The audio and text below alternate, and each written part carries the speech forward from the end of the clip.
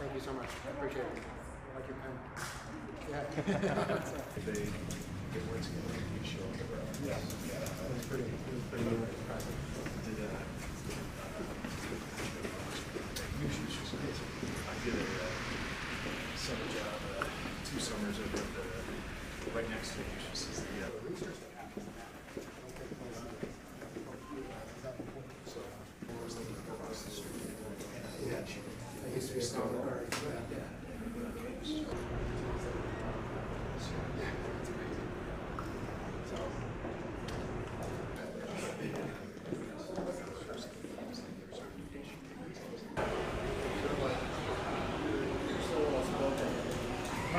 Articulate. Work in the PAO office of all people.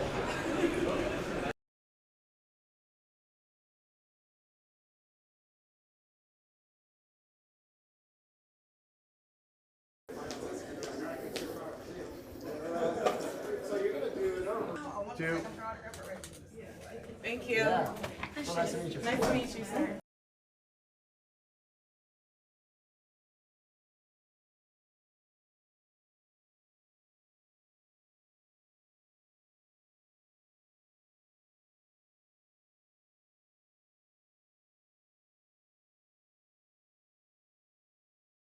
Hi, Col Rubio. How are you? It's such an honor. Nice to meet you. Yeah. Well, the honor is mine, believe me. Yeah.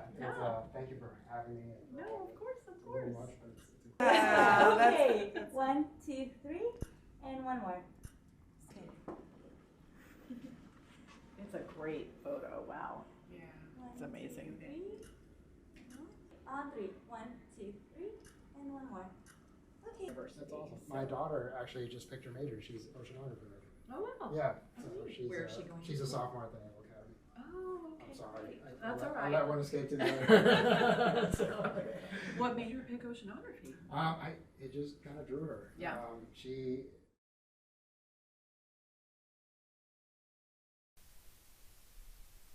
Ladies and gentlemen, good afternoon and welcome to the presentation of the Senior Aviator Badge with Astronaut device to Colonel Frank Rubio. Our host for today's ceremony is the Secretary of the Army, the Honorable Christine E. Wormuth. Ladies and gentlemen, please stand for the arrival of the official party.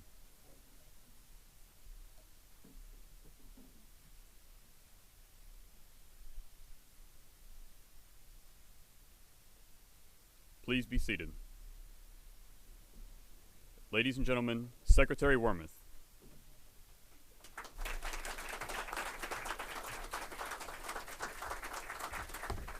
Good afternoon, everyone. It is great to see you all.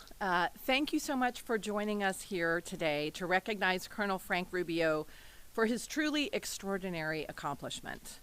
It's my pleasure to present Frank with the Army Astronaut device today, one of the most rarely earned qualifications across the Army. In fact, there are only 2 other active duty Army soldiers who have this device today.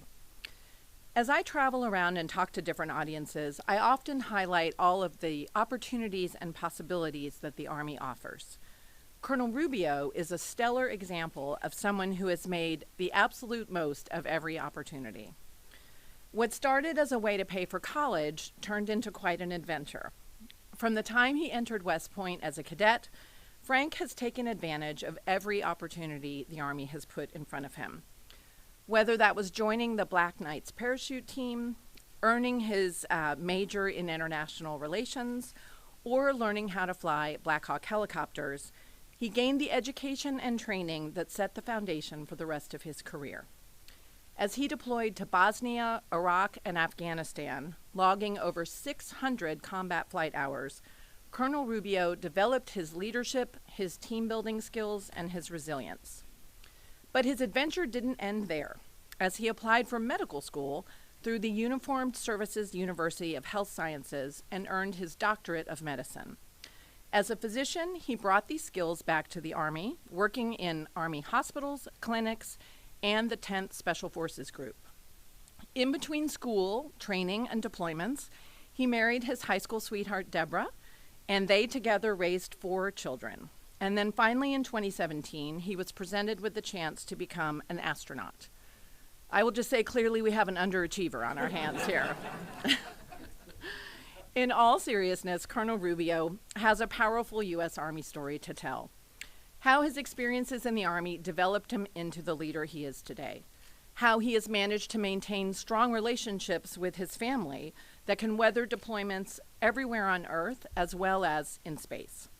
How he learned to adapt to unexpected changes to the mission, whether as an aviator or an astronaut, when he was aboard the International Space Station. How he built and relied on the trust he had with his teammates, whether in operational theaters here on Earth or when they were thousands of miles away at the Mission Control Center. Few in the Army have such an unusual story, but many soldiers, I think, would tell you that, like Frank, the Army enabled them to be all they could be. Colonel Rubio, you are a stellar example of the Army's core values and what it means to lead a life of service. You inspired audiences around the world as you orbited the Earth for 371 days. And now, back on Earth, you continue to inspire others as you share your experience with the public. Most Americans would probably be surprised to learn that you, as an astronaut, are an Army officer. But in fact, the Army has worked closely with NASA to advance space exploration since the beginning of the U.S. space program. It was a U.S. Army rocket that carried the first American astronaut into space. And the Army remains at the forefront of our nation's ability to explore and defend against threats in space. Today, the U.S. Army Space and Missile Defense Command works tirelessly to advance the nation's interests by integrating space capabilities into military operations, countering space-based threats to our country, and supporting the space exploration programs, that's a mouthful, through the Army Astronaut Detachment. Since 1978, our partnership with NASA has produced 19 Army astronauts. These uniquely skilled and extremely qualified people represent the very best of our talented officers and warrant officers in the Army. As we humans explore further into space and NASA returns to the moon and sets its sights beyond the moon to Mars, the Army will continue to play an important role in the exploration of space long into the future. And we will build on the research that Colonel Rubio did on the International Space Station for 371 record-setting days. Few humans have gone into space, and even fewer have conducted a spacewalk, much less 3, or spent anywhere close to the amount of time that Frank Rubio has spent orbiting the Earth. So it's truly a privilege to have him representing the Army and the United States. Frank, you've inspired so many people around the country and around the world. It's my pleasure to present you today with the astronaut device, which is fittingly going to go on your Army aviator's wings. Wings that reflect over 1,100 hours of flight time here on Earth and 371 days in space. So, please join me here on stage, and I will present you with the Army astronaut device.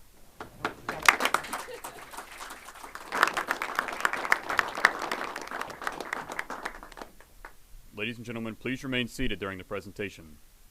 Colonel Francisco Rubio is being presented one of the least awarded badges in the United States military, the Senior Aviator Badge with Astronaut Device, also known as the United States Astronaut Badge for successful completion of an operational mission in space.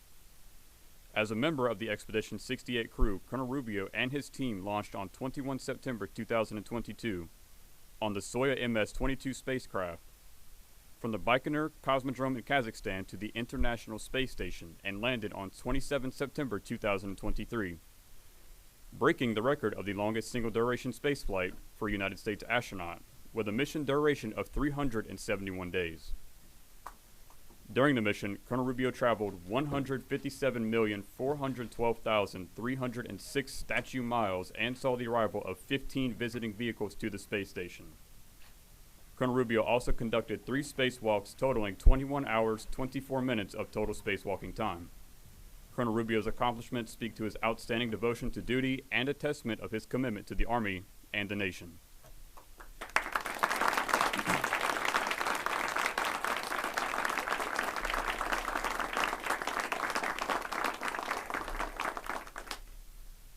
Secretary Wormuth will present Colonel Rubio with a star note and coin.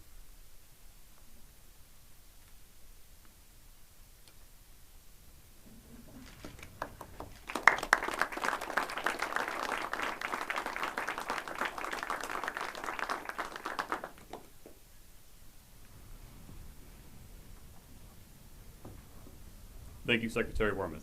Thank you so much. Ladies and gentlemen, Colonel Frank Rubio.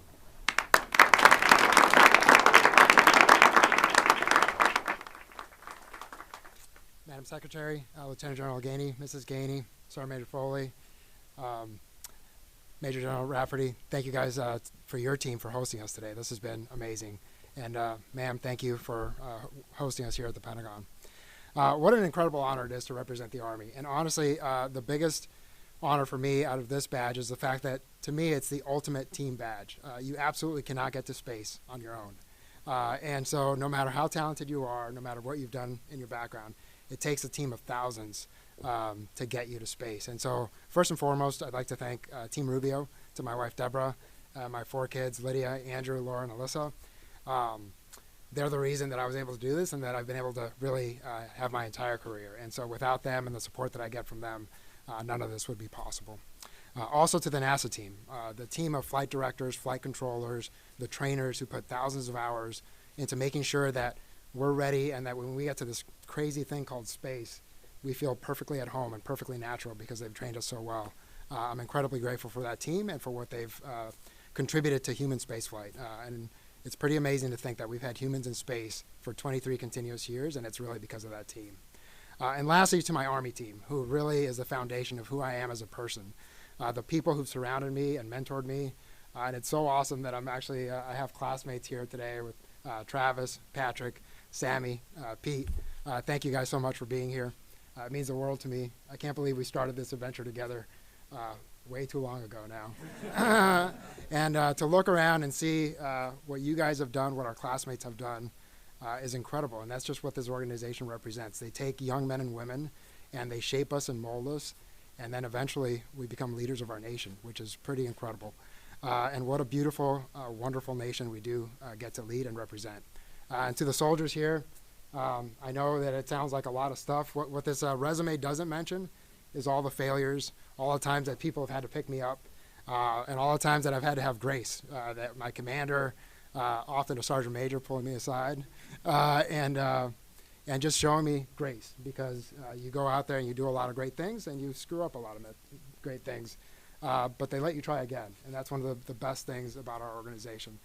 So good luck. Someday you're going to be old and you're going to do even bigger and better things, and it's going to be awesome to see what you guys do. So thank you all for making the time. Again, it's a huge honor for me to represent our Army team and to be a part of this family. So thank you all for being here.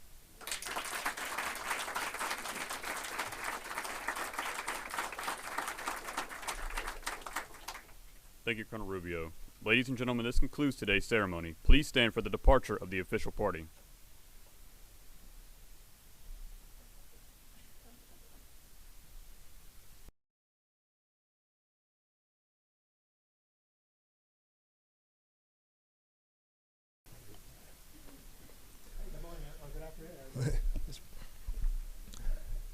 Good afternoon, ladies and gentlemen.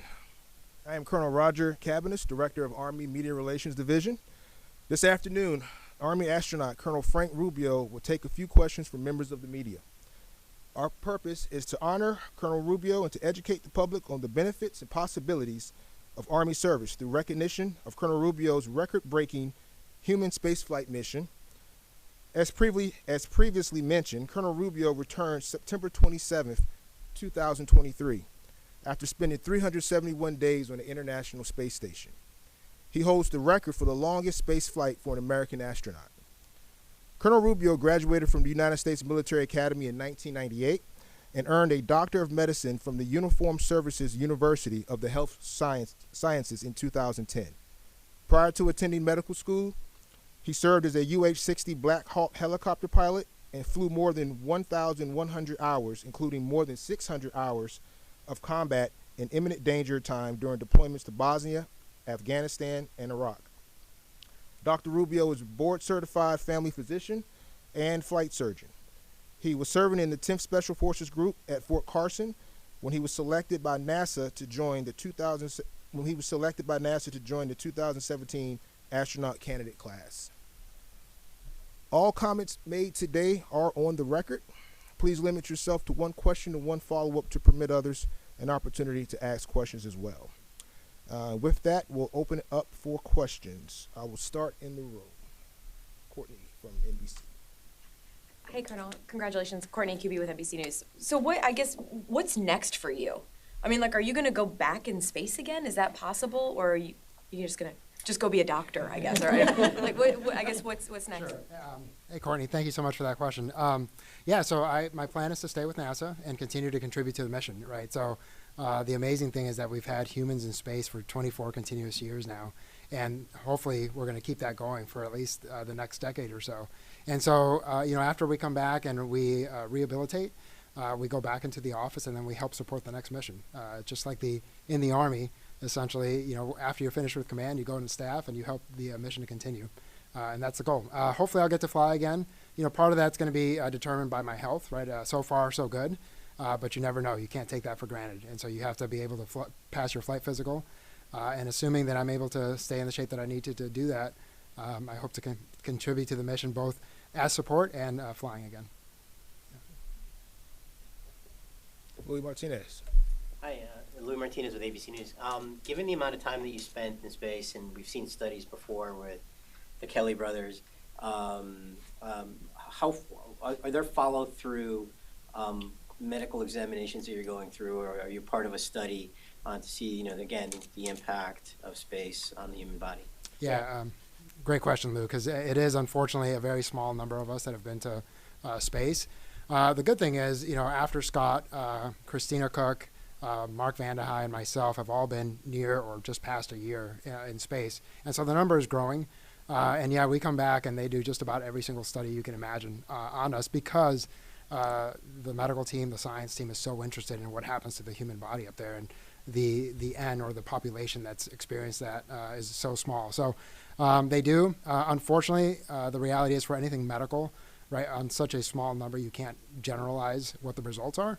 And so we'll continue to study. We'll continue to have people living up there for that long. And after a while, we'll have enough data to be able to say, okay, this is in general how the human body responds in space.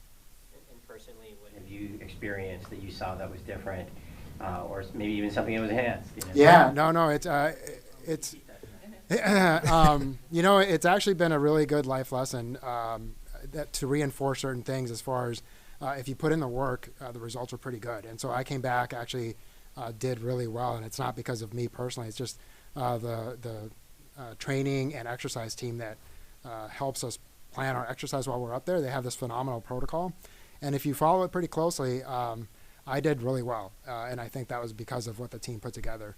So like in life, right? If you put in the work, generally the results are going to be okay. So, yep. Right. Matt Adams, Starting Stripes. Hi, thank you for doing this, Colonel. Can you talk a little bit about why you wanted to do this? What made you want to be with NASA? And can you talk a little bit about the mission itself? What exactly you were doing for this over a year you were there? I appreciate that question, Matt. I think there's not two kinds of astronaut, but generally either you've wanted to be an astronaut since you were a kid and that's kind of your dream, or like me, you kind of come to find out about the mission, later on in life. And when you do and when you figure out what the team is doing, you kind of fall in love with the idea of, hey, I get to go out and explore space, do something really challenging and hard, and see if I can contribute to that mission. And you get to be part of something, which in this case is the NASA team, that is bigger than yourself, right? So both NASA, our nation, and it's few things where you can say, hey, my job helps represent humanity. And that's a pretty powerful thing to be a part of. And so it's just kind of an honor to do it.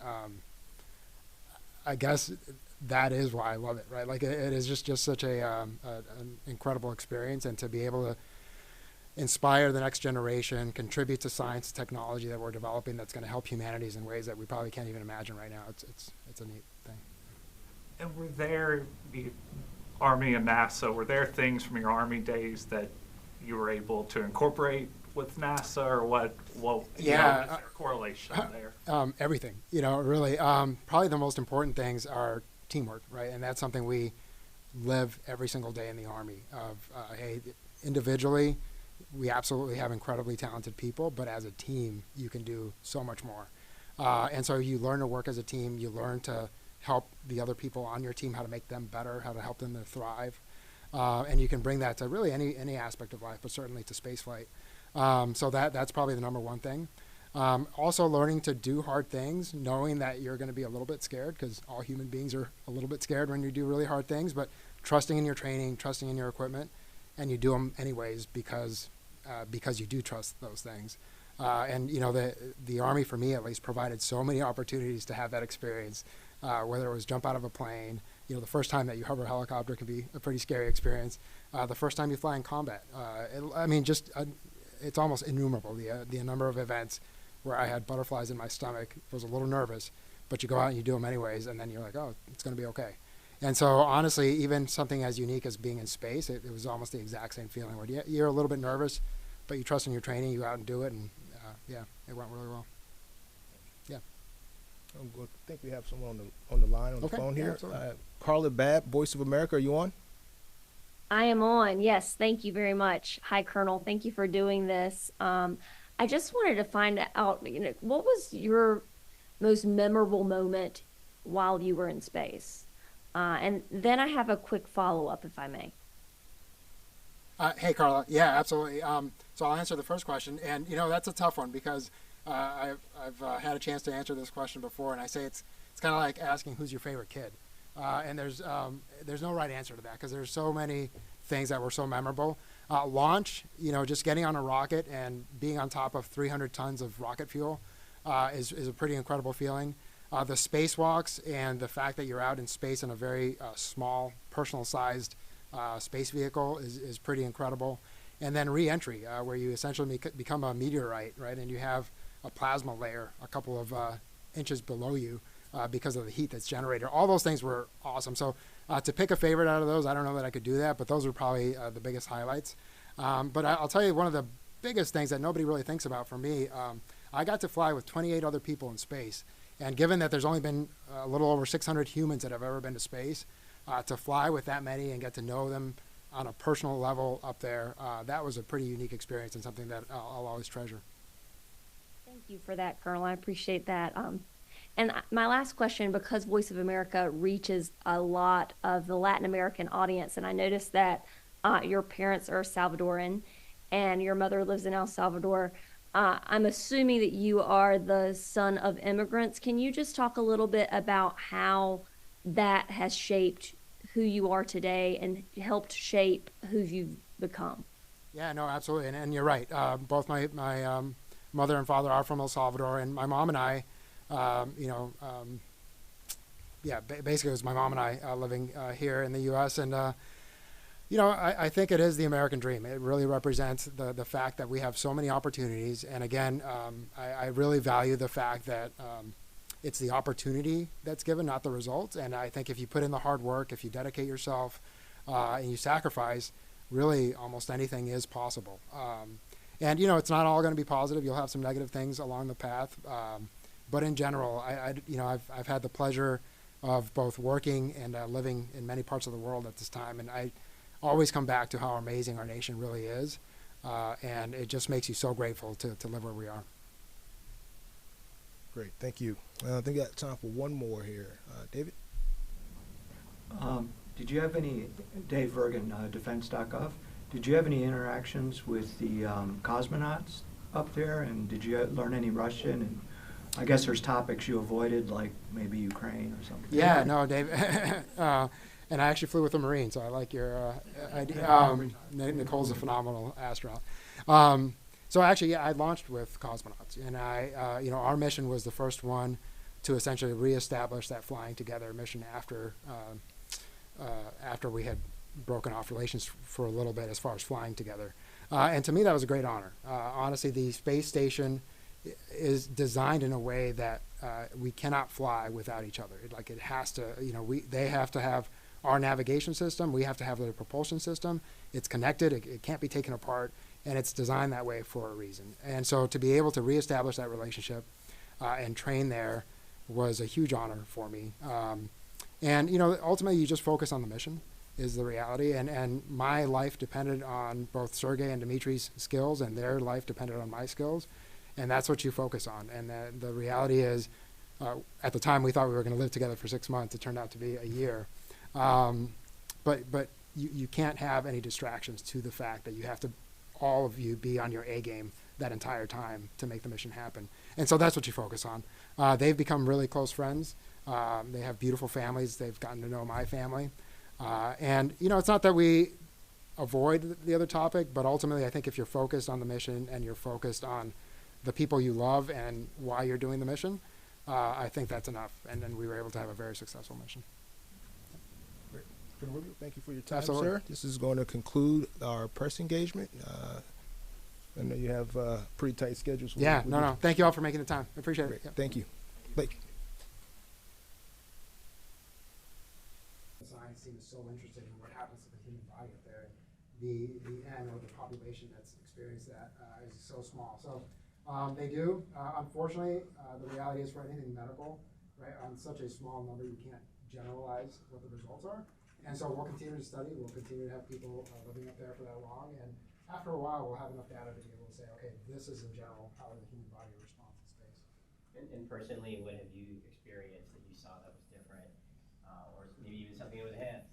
Yeah, no. Are you better at the Army PT test now? You know, it's actually been a really good life lesson to reinforce certain things as far as if you put in the work, the results are pretty good. And so I came back, actually did really well, and it's not because of me personally, it's just the training and exercise team that helps us plan our exercise while we're up there. They have this phenomenal protocol, and if you follow it pretty closely, I did really well, and I think that was because of what the team put together.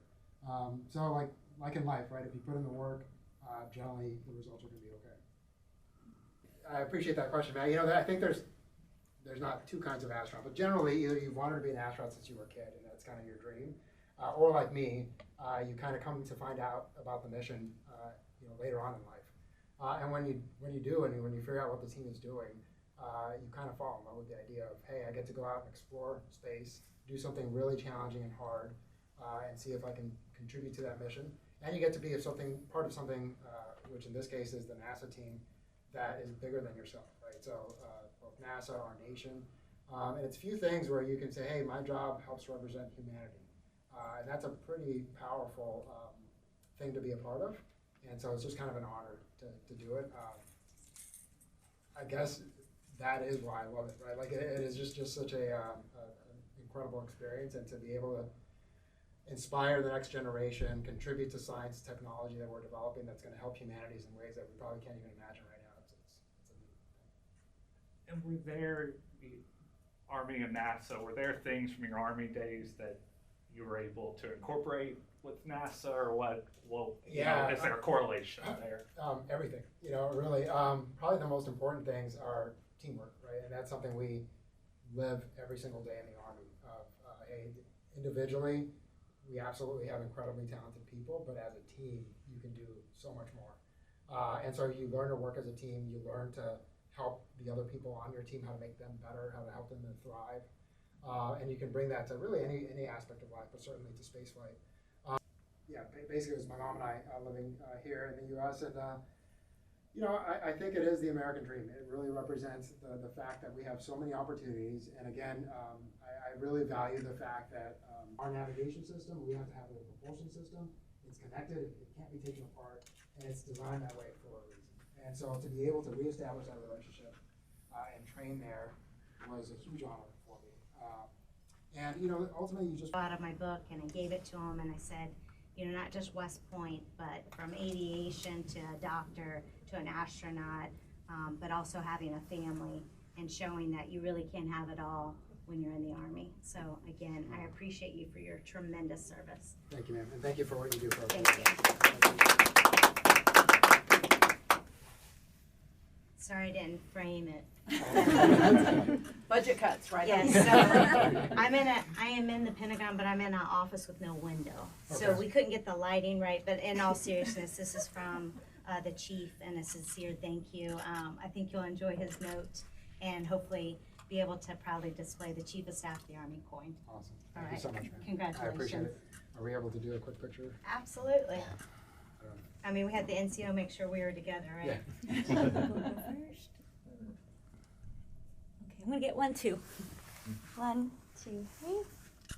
And then Perfect. I'm the last one. 1, 2, 3. As I travel around and talk to different audiences, I often highlight all of the opportunities and possibilities that the Army offers. Colonel Rubio is a stellar example of someone who has made the absolute most of every opportunity. What started as a way to pay for college turned into quite an adventure. From the time he entered West Point and the 10th Special Forces Group. In between school, training, and deployments, he married his high school sweetheart, Deborah, and they together raised 4 children. And then finally in 2017, he was presented with the chance to become an astronaut. I will just say clearly we have an underachiever.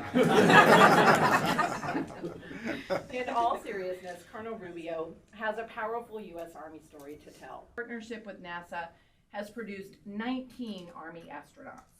These uniquely skilled and extremely qualified people represent the very best of our talented officers and warrant officers in the Army.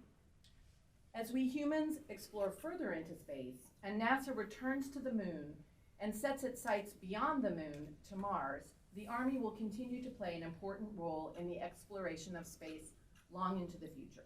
Is the fact that, to me, it's the ultimate team badge. You absolutely cannot get to space on your own. And so no matter how talented you are, no matter what you've done in your background, it takes a team of thousands to get you to space. And so first and foremost, I'd like to thank Team Rubio, to my wife Deborah, my 4 kids, Lydia, Andrew, Laura, Melissa.